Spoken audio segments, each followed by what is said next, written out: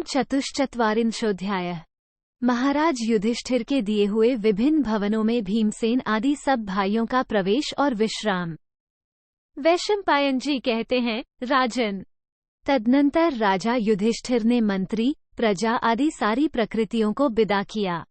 राजा की आज्ञा पाकर सब लोग अपने अपने घर को चले गए। 1। इसके बाद श्रीमान महाराज युधिष्ठिर ने भयानक पराक्रमी भीमसेन, अर्जुन तथा नकुल, सहदेव को सांत्वना देते हुए कहा, 2 बंधुओं, इस महासम में शत्रुओं ने नाना प्रकार के शस्त्रों द्वारा तुम्हारे शरीर को घायल कर दिया है।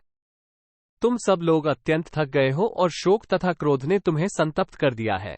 3 भरत श्रेष्ठ वीरो, तुमने मेरे लिए वन में रहकर जैसे कोई भाग्यहीन मनुष्य दुख भोगता है, उसी प्रकार दुख और कष्ट भोगे हैं।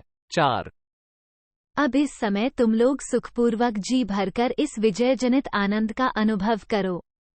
अच्छी तरह विश्राम करके जब तुम्हारा चित्त स्वस्थ हो जाए, तब फिर कल तुम लोगों से मिलूंगा। 5 तदनंतर धृतराष्ट्र की आज्ञा से भाई युधिष्ठिर ने दुर्योधन का महल भीमसेन को अर्पित किया।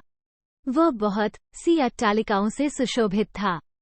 वहां अनेक प्रकार के रत्नों का भंडार पड़ा था और बहुत सी दासियां सेवा के लिए प्रस्तुत थीं।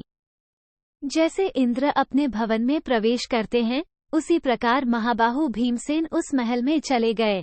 6-7 जैसा दुर्योधन का भवन सजा हुआ था, वैसा ही दुशासन का भी था। उसमें भी प्रासादमालाएं शोभा दे रही थीं। वो सोने की बंधनवारों से सजाया गया था। प्रचुर धन, धान्य तथा दासियों से भरा पूरा था। राजा की आज्ञा से वह भवन महाबाहु अर्जुन को मिला। 8-9 दुर्मर्शन का महल तो दुशासन के घर से भी सुंदर था।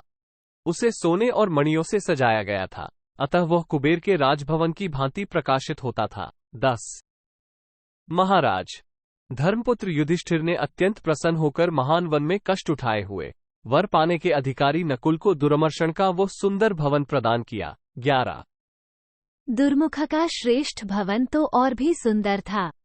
उसे सुवर्ण से सुसज्जित किया गया था। खिले हुए कमलदल के समान नेत्रों वाली सुंदर स्त्रियों की शैयाओं से भरा हुआ वो भवन युधिष्ठिर ने सदा अपना प्रिय करने वाले सहदेव को दिया।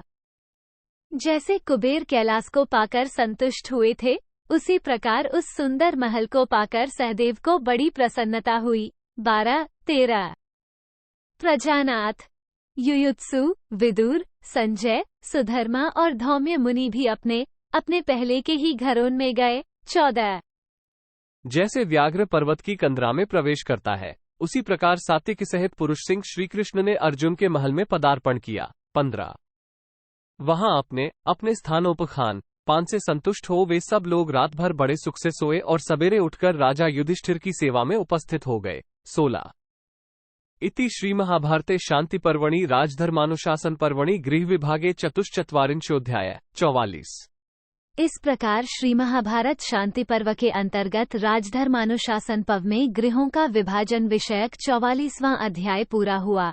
44